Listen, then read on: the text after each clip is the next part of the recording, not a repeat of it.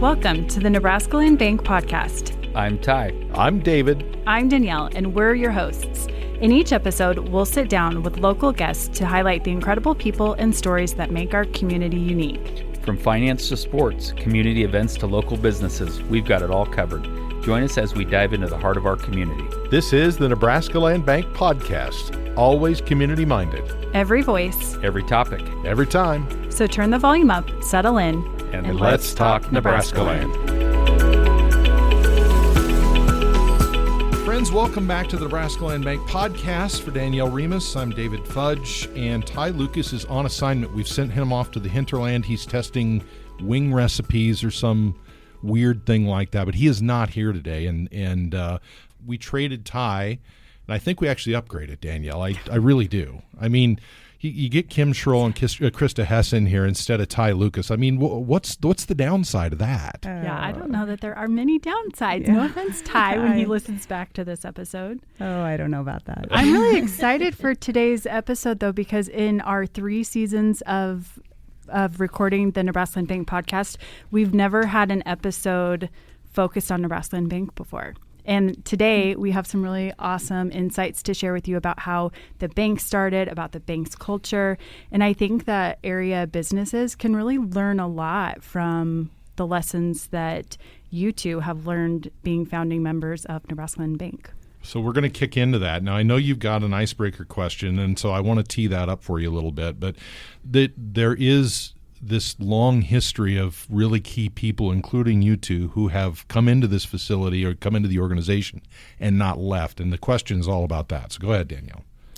Okay, so the question is, and we'll, again, it's called an icebreaker question, but we'll go around the room. NebraskaLand Bank has been celebrated as a best bank to work for by American Banker for several years running. In your experience, what's the secret ingredient that makes working here so special? Well, without a doubt, it's culture. And the day that we opened, we knew culture was important. And Danielle, you were instrumental a few years ago in writing those culture statements down so that it was clear for everyone here and coming into the bank of what our culture was and why we live it. And having a strong culture, first of all, you're not fixing something that's broke. You're just maintaining something that's great. And having that culture makes decisions easier as you go forward. And when you're all rowing in the same direction, it makes winning even that much more fun. So I would say culture easily has been a key to being selected as the best bank, but a key to a lot of our success. What would you say, Krista? Yeah, so I think with that, too, is our people, our team, and our people and team are living the culture. We have got just tremendous family here. I mean, it's not just our team or our coworkers, it's our family. We've worked together for a long time.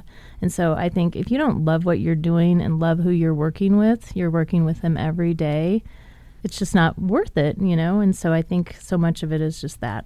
I love that answer. I love both of those answers. Well, then how would you answer? Because you've been around here for a long time. Yeah, well, I promise I'm not just sucking up when I say this, although it might sound like it. But I think our leadership, I mean, it truly starts at the top, and we have incredible leadership at this bank. And I think that the culture stems from what you all created when you founded the bank, and it just starts at the top. So let's go back to the beginning. Of course, I'm still learning the business a little bit, but I can't even imagine trying to start a bank from scratch. Where do you start? What do you do? And whose idea was this? And then how did you buy into it? Well, first of all, I know, David, you're saying you're not that old, Kim, are you? Really? I know. Yes, I am. Yes, I am. But, when we started the bank, we had 5 shareholders. We started with $3 million in capital, and we had 5 employees. And so you think about that and how much we've grown, not only in the number of employees, but in the support of the shareholders and the customer base. And when we started the bank, we saw other banks continuing to get larger and continuing to act larger. And we felt that the local ownership, the local people, and the local decisions was what customers really wanted.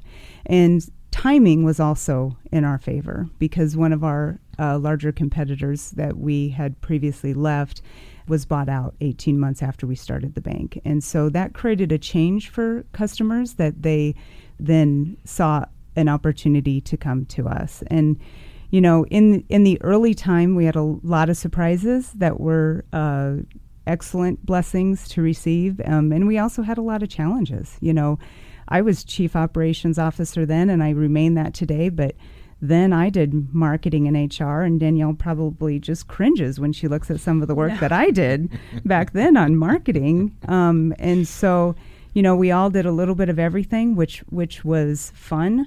But as we've grown, we've also been able to give experts an opportunity to do more of what they do well, but also of our customer base that have continued to grow with us too. You know, that's been an incredible blessing to see the customers who came along early on, and then they continue to succeed and they continue to grow. And so early on, we felt like maybe we were a little bit out on an island. We were in that downtown store where Curves is now, and we had to spread out the furniture so it looked like we had a few more things and a few more people.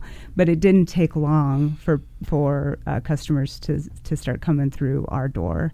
And I can go through the history later of where we went from there building wise, but it was a little bit unnerving. But honestly, I never really felt at the time that it was a huge risk until I looked back at about year 3 and I thought, whoa, that was kind of a risky move. But I never had a doubt that the timing and the people of North Platte were ready for that bank, for a locally owned bank. I never had a doubt at all. And I've just been blessed along the way. So.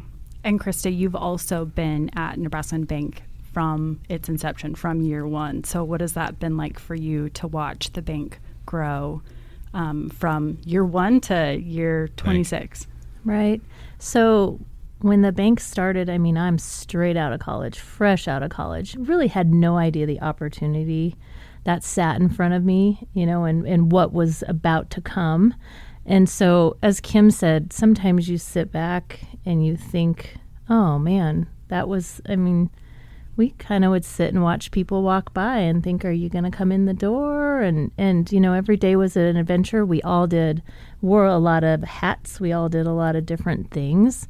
In my stage, like I said, I was fresh out of college. So, looks good. This sounds good. Let's do this. And I had so many opportunities, to work in so many different areas. And so to look back now and think of the opportunities that I had that at the time didn't really realize it, but all of the different hats that I got to wear and the different experiences, it's pretty cool. And then to see our staff grow and to see so many people still be here today, that's a lot of fun. And kind of to look back and think, we started with $3 million in capital and look at where we sit today. So, speaking of where we sit today, can you speak to that for our audience? Yeah, we are about $975 million in total assets. So started with $3 million 26 years ago. We're at $975 million today. And we started with 5 employees. We have 105 employees today. Now we are in 2 other markets, in Kearney and in Rock Springs. And we are the largest deposit market share in North Platte. And we've held that position for a while. One thing I think anybody that knows us and anything about our culture statements is we like to win, we like to be the best, and we like our customers to win. And so to be the number 1 market share here is something that we take pride in. So back in 1998, there were obviously a lot of institutions here. There continue to be a lot of institutions here. And so how do you cut through all that competition to establish and build into what it's become today? What have been some of the key moments along the way? Well, competition helps make you better. So we never shy away from competition. And today we're one of 13 banks in North Platte, and we're the largest deposit market share here. And so we take a lot of pride in that, and we want to continue to be the best at what we do. And I think our competition, continues to push us to do that because, you want to be content, but you don't want to be complacent, and you want to continue to strive to be better. So, I think that's what competition has done for us, is just helped us continue to be better and help our customers continue to win as well. I remember one of my last acts in radio was building a radio station from the ground up, and the first time we hit number 1 in a ranking, it was a party. So what was it like here when that you finally got to the top of that mountain? Krista, I'm going to let you take that. And was there a party inside somewhere? Oh man, do you remember the 100 million? Yeah. Right? When we hit 100 million assets, we had a big party. I can't remember all the details of it, but huge deal. It's like you said, started with 3 million. And what year was that in, Kim? That was in year 3. And what's interesting, Krista, you might remember this, that when we sat down and said, how big do we think we can be? And how soon do we think? I mean, and 100 million was like, wow, we would be hitting it out of the park if we grew to 100 million. And then we hit it in year 3. And it was an incredible feeling, because it was probably that moment when I looked back and said, you know what? This was exactly the right timing and the right thing to do. Yeah. The right thing that was needed in North Platte at the time. I love hearing that, because this is a business that was started right here in North Platte, headquartered right here in North Platte, has seen this tremendous growth with such humble leadership, has grown to over 100 employees. I was here when we hit the 500 million milestone. Now we're right on the threshold of $1 billion. So it's just incredible to see the growth, and even the room that we're sitting in, the building that we're in today, from downtown storefront to this amazing building in 26 short years. It's truly inspiring. And earlier you mentioned our culture, and that's been such an integral part of our success. Can you describe what those culture statements are and what that means to us here at NebraskaLand Bank? So our 6 culture statements, we nicknamed them SWACEs to make it easy during our culture meetings, but the first S is for support. We support each other, and we support each other through work, through our customers, through our community. Support is extremely important. W is win. No bones about it. We like to win, and we like to help our customers win. And we're a very competitive group around here. Probably why we don't have dodgeball team at NebraskaLand Days anymore, because we're so competitive. Would you agree, Krista? Yeah, it was time to stop. And we're all getting a little older, let's be real. And so when you're worried about an injury, it's everybody's just choosing to find other activities to partake in. Back in and off the twisted ankle wagon. So we're a pretty competitive group. So win is one of our culture statements, obviously. Attitude is our next culture statement, and I would say that's based on one of our favorite books, Patrick Lencioni, 5 Great Dysfunctions of a Team, and humble, hungry, and smart are the concepts that came out of that book. And humble, is just I think it's an important part of our culture, that you can't do anything by yourself, and you have to recognize the importance of others and the value that others bring to your strengths and your weaknesses. And hungry is, that desire to always be better and to always do better. And then smart, not necessarily book smart, although book smart, we think we are book smart, but also people smart, good communicators and, good emotional intelligence and all the above. Then C in our culture statements is community, and you can see that in everything that we do. And so community is not just the department that you're in, or the floor, or the team, or the bank. It's the community and the county and the state that we live in, where we've got employees who give back to a variety of organizations, whether they're nonprofit, whether they're government. We have our state senator, city councilman, we all feel that being a part of the community on the bigger sense is very important. The E in our culture statements is expertise. We can't just talk the talk. We got to walk it as well and be the experts. And that's continually changing in our world, between regulation and technology and new ways to do things. And so we have to continue to stay on top of our game and press ourselves to be the experts in whatever it is that we're doing. And then the last S in our SWACES is service.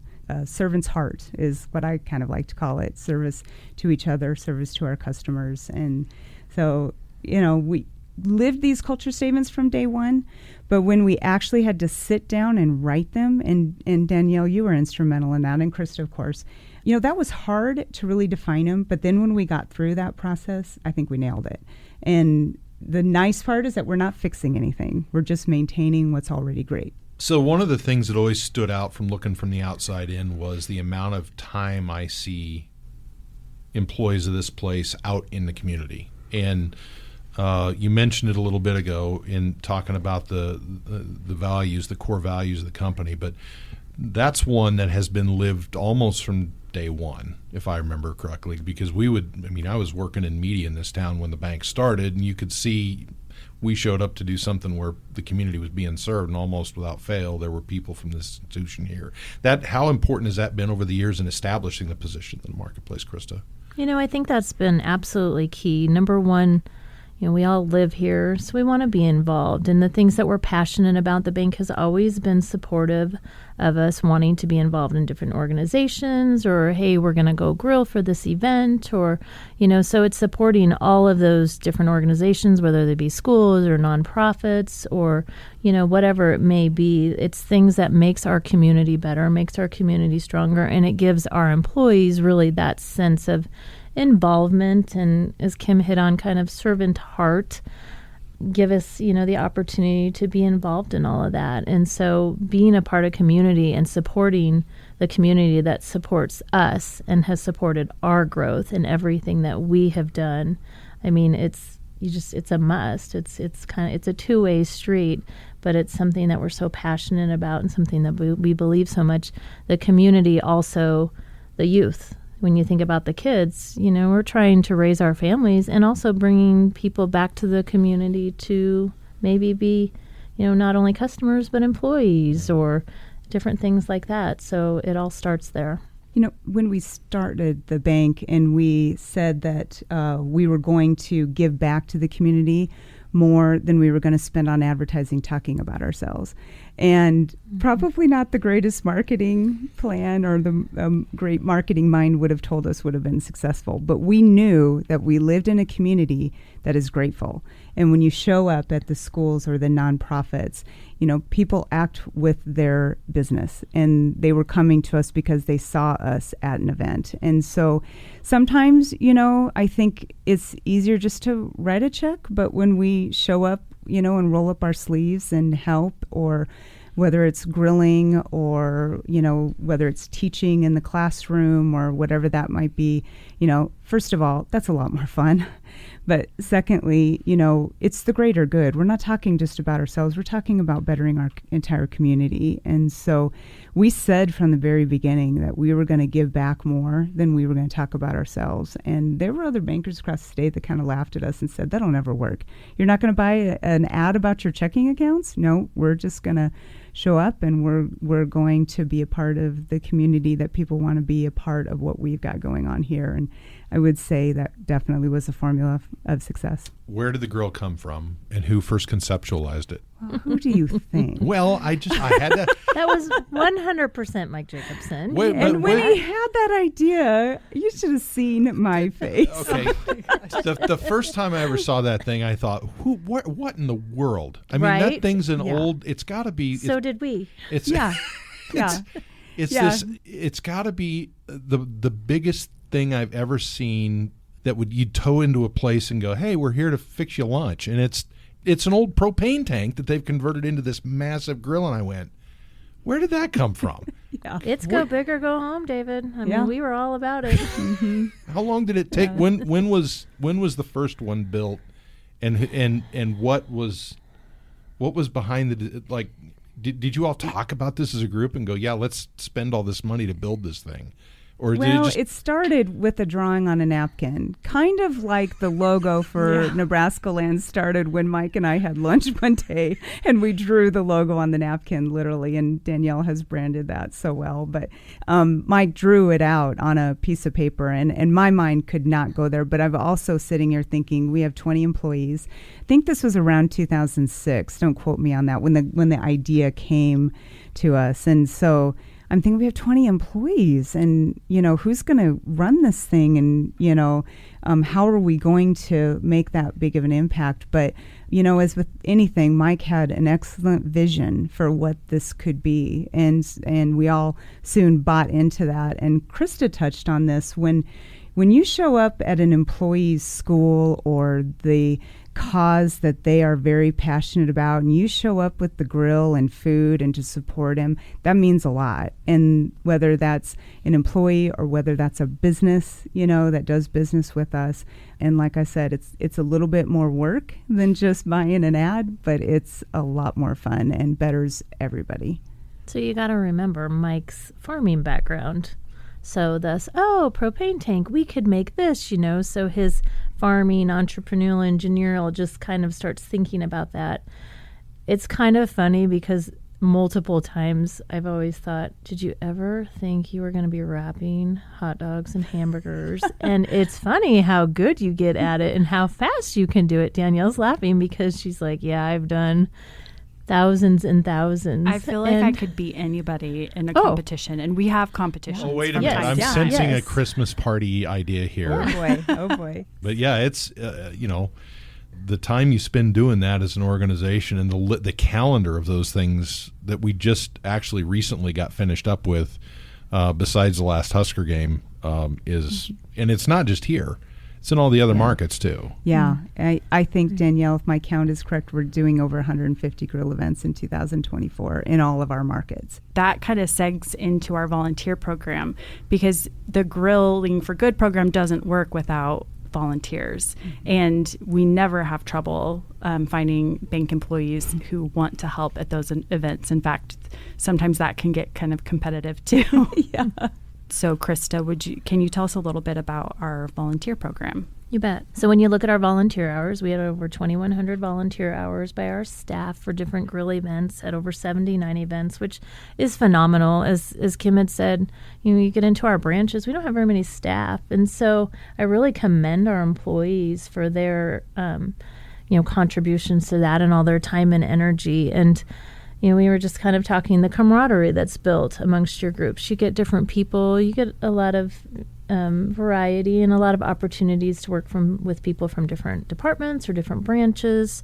The program is pretty cool because our staff, when they volunteer, when it's off hours, if they're sacrificing an evening or a weekend or whatnot, they have the opportunity to build up some vacation time. So we try to reward them with that, or, potentially bank swag or things like that when people are giving of their time doing volunteers for grill or the triathlons or races or anything that our staff is doing, any kind of volunteer hours, community events, sports, things like that. We always try to give back to them too for what they're doing for their organizations as well. Talk about, we're in the third spot now over the years. As you mentioned, it started in the old Curves building downtown. Yeah. And then it migrated into what used to be a furniture store, if I remember correctly.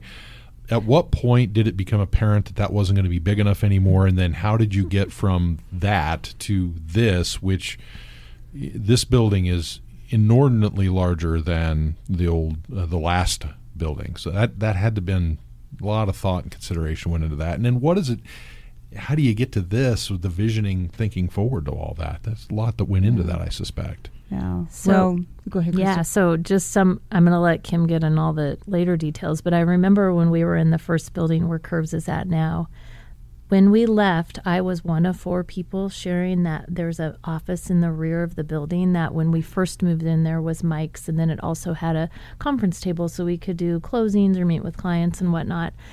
When we moved out of there, I was one of 4 people back in that office. And then I remember when we were in the furniture store that you referenced, our downtown, we had an office kind of in the commercial loan area. I mean, we kind of just had people stacked on top of each other. And we had a couple of different offices that had 2 or 3 people in there. And I'm not talking big offices. I mean, they're smaller spaces. We just made work whatever we could and doubled up as whatever we could. And so that need was obviously there. And I'll let Kim kind of touch on some if of we the could stuff have done bunk here. Desks back then, we would have, but the ceilings weren't tall enough. I feel like we kind of did. Yeah, we definitely, but you also don't want to build it before you need it, and then things do take time, and you want to do it right, and you want to do it in the right location. And when we went from the downtown location, we moved in there in 2003. And during that time, we had branches at Westfield and North Side and West. We were actually in Walmart too at that time, and we had one south of the interstate. And so every building decision was based upon what do our customers need. So when we were at Kerr's building, we didn't have a drive-through. And so we opened up the location south of town because there was a drive-through, And then when we were able to go into Walmart, we didn't need south so much because those were in closer proximity.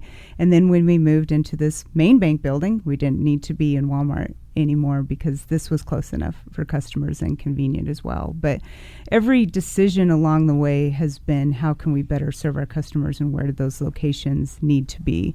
And we have such excellent staff of each one of our locations. And there were customers that stayed with us in the downtown location when the main bank opened because that's where they were used to going and it was close proximity to them. And then obviously most of our traffic comes here to the main bank, but our branches are very active as well.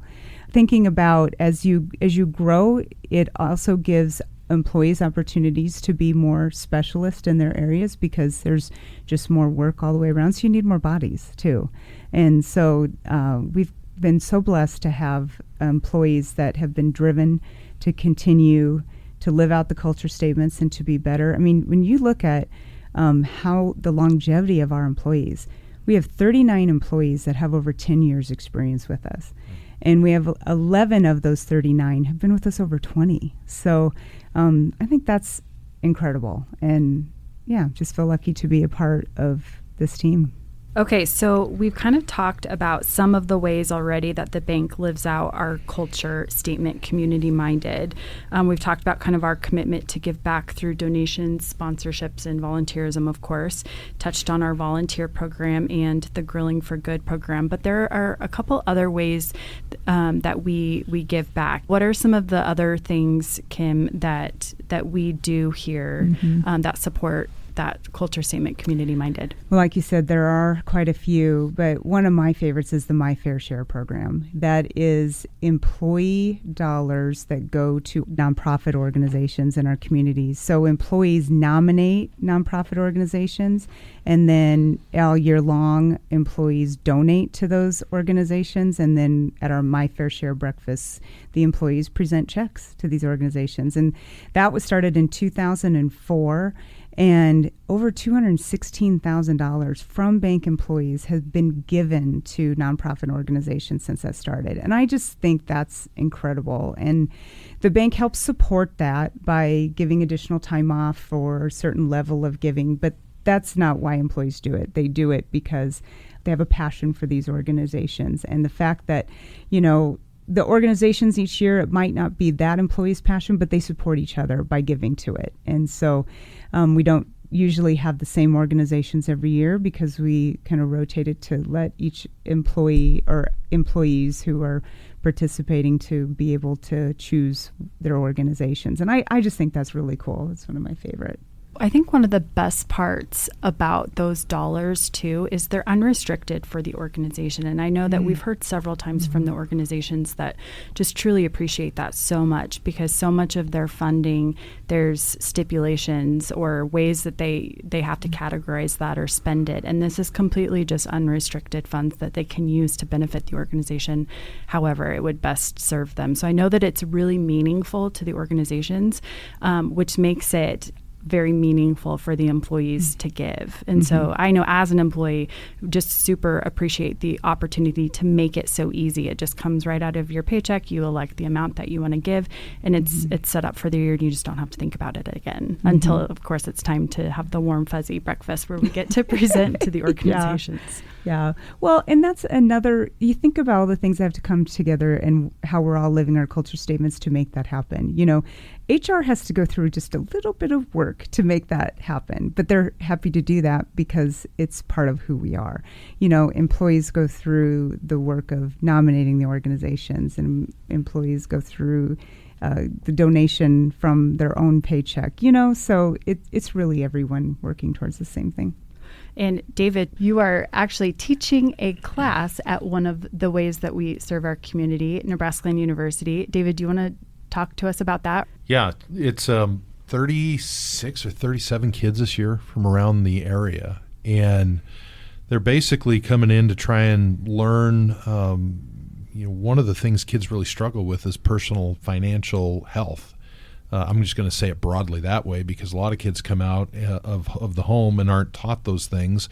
They're not getting that in school, and so one of the ways the bank has tried to step into that, one of my daughters ran through it actually, is to try and teach them some of that from an institutional level here and provide them some skills, life skills that they can leave home with and move on as they go through their lives, and hopefully some of that sticks and they develop some good personal financial habits. So I know that's important to you guys as well, having kids that probably went through the programs.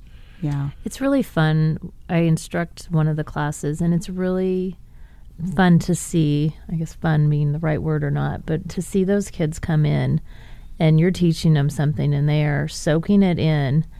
And you know that these are, a lot of them are just kind of some basic things. You know, the one that I do is credit and loans. And Hans and I have done that the last couple of years. And we go over car examples and what does it cost to drive it? And what's it cost to insure it and register? And usually they all kind of walk out pretty wide-eyed. You know, that's just one of the kind of the pieces that we do in our session.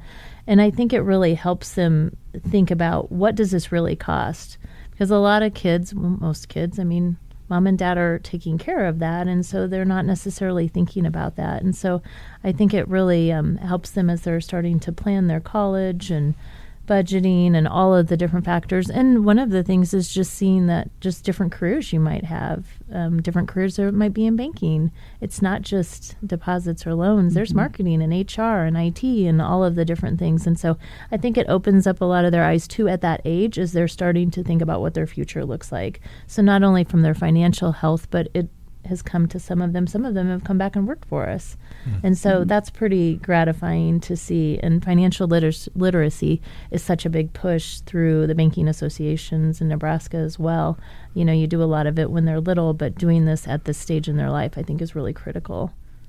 Yeah, and I don't know if we mentioned that it is high school seniors, and to have that many high school seniors that are interested in going through, and we've been doing it over 10 years, and we're approaching 300 graduates, and we should add we give them a scholarship, but I don't think that's why they show up. I think they show up because they've heard from their older siblings or older friends that you really need to go through this. And one thing I really love about it is that all the instructors are very interested in making it current and pertinent to them. And so we take feedback every year to keep making that better all the time. And, you know, and I really like that Mike throws in the required reading of The Millionaire Next Door, which was a book wrote in the 70s, but is still so pertinent in today's world, the same practices, which I think says a lot, even in a changing world, that those practices are still pertinent. And we also talk about, why is it important to have economic development in your community? Why do you want your community to thrive? And so I think it's great to expose our seniors to that. And although we're very happy to give them the scholarship, I don't think that's the only reason that they're committing, 6-8 hours of their time to this. Yeah. I think it's important to know. I would argue that yes, the financial literacy is so important, but they're also hearing and having the opportunity to spend 75 minutes once a month with a senior leader of the bank. I mean, Kim, you teach a class, Krista teaches a class, Ty's in a class, Mike is in a class.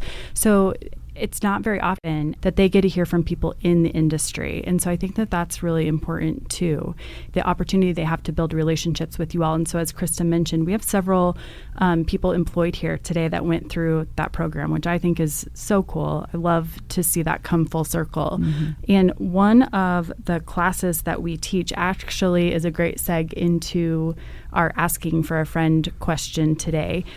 David, I mentioned earlier, is teaching a class, and he partners up with Ty and teaches strategies to pay for college. So the asking for a friend question, which I think is a very common question that parents at least have as they're thinking about their kids going off to college, is what are some effective strategies for saving for college, and how can students graduate with little to no debt?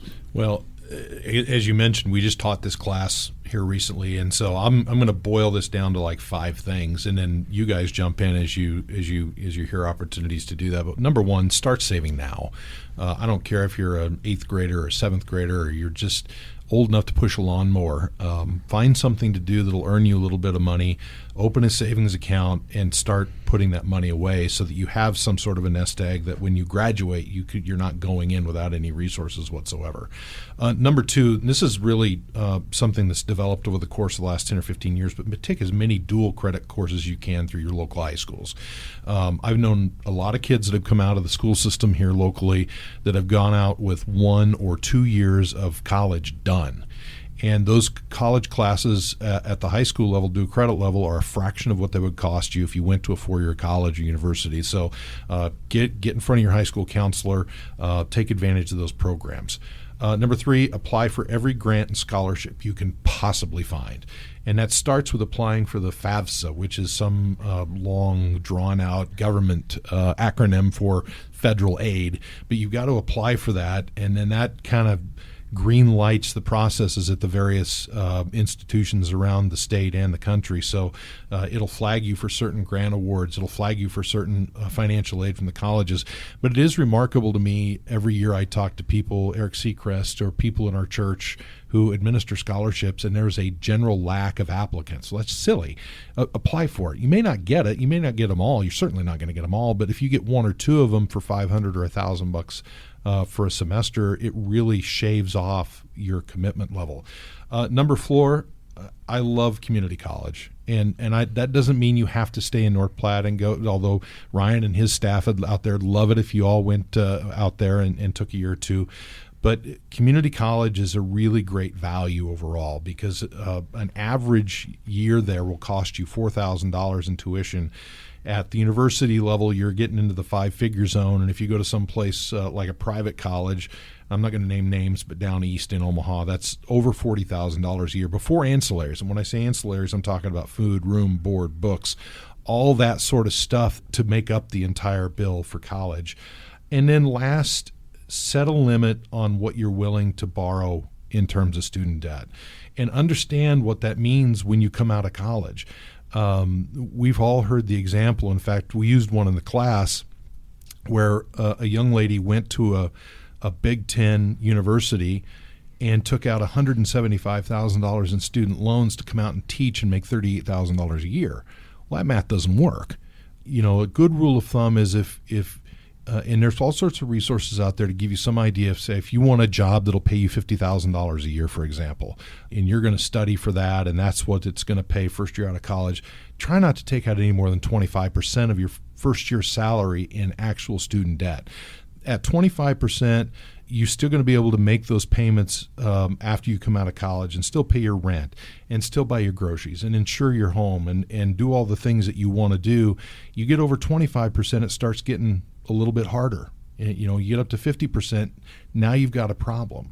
And so understand when you come out of college what a realistic first-year salary looks like in your degree area, and you'll be a lot more successful and have a plan for that student debt if you need it to get it retired as quickly as possible.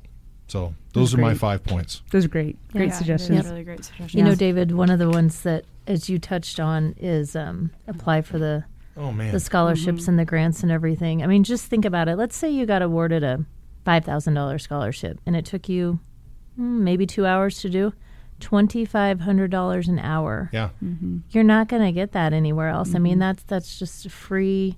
And I know a lot of times when kids are getting towards the end of their year, they're kind of tired, they're ready to be done. I get it. But boy, the rewards and the payoffs of that are just huge. Yeah. I mean, break it down by an hour. And, you know, a lot of times we've done that in our class. We break it down and all of a sudden, you know, you just kind of see some lights go on and think, oh, okay. Yeah, that can be totally worth your time. And in a lot of these organizations, especially Mid-Nebraska Community Foundation, I know I've already mentioned Eric, but they have a central application system where you can apply for multiple scholarships using one application and one set of recommendation letters and all that sort of thing. So it really streamlines it. But most every high school I know around here has at least some scholarships. Most churches, our church, has a scholarship program for kids in our church. And it's amazing how many times those things have very, very few applicants.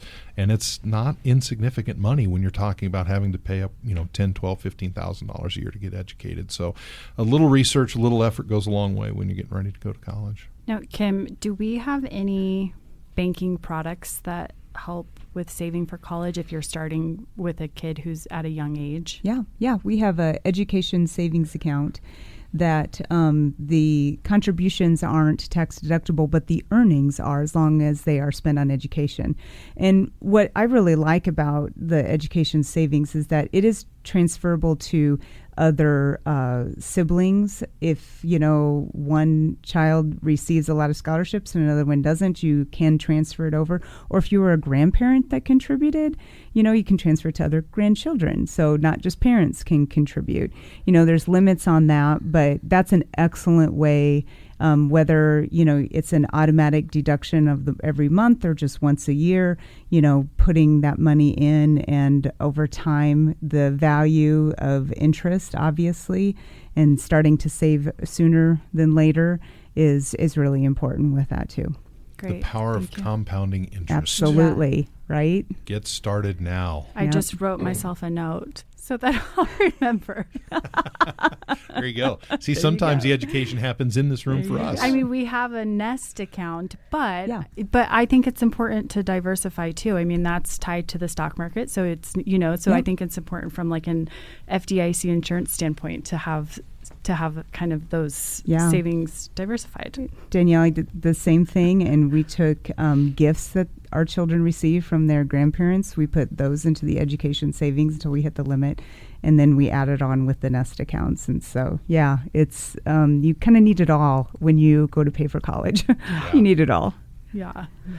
Well, we have a few more questions for you guys, and this one you kind of have touched on, I feel like, just throughout. But how does being headquartered in North Platte benefit our community and our customers? So I would say from a headquarters standpoint, it's just our local decisions. We get to decide on things here. We're not calling somewhere else. And even in our branch locations, we've got people in all of those that have the ability to, we can all get on the phone, we can hash things out, we can make those decisions here. And so I think that that's a big thing for the community that you're in. And some of it's just the size of our bank and being a community bank, and what we're all about is the local decisions is a huge piece of that. Okay. Well, I think let's close out with one last question. Drawing from your experience as a founding member of NebraskaLand Bank, as well as your experience serving business clients, what essential piece of advice would you give to other business leaders? Well, I think we have some expertise in the area of technology and cash management, and obviously we have excellent loan officers that give our business customers, advice along the way, because we want them to be successful. And so we all win when our customers are successful. And so we give a lot of thought to the recommendations that we have for our customers. And so I think it's, work with us as your partner as you reach those challenges, whether that's cash management or how do I, pay for this new building that I want to build or expand my business. We've got a lot of great expertise all throughout the bank. And, we get called upon on that expertise. I just had someone who called our IT department for something that was totally not related to banking, but they knew that we probably knew the answer, so we helped them, And so that's why we're here, and that's why we love what we do. Yeah, I think, too, just as an individual or as a team, obviously it's building a good team, as Kim said, but be diligent and work hard and stay competitive and just, stick with it.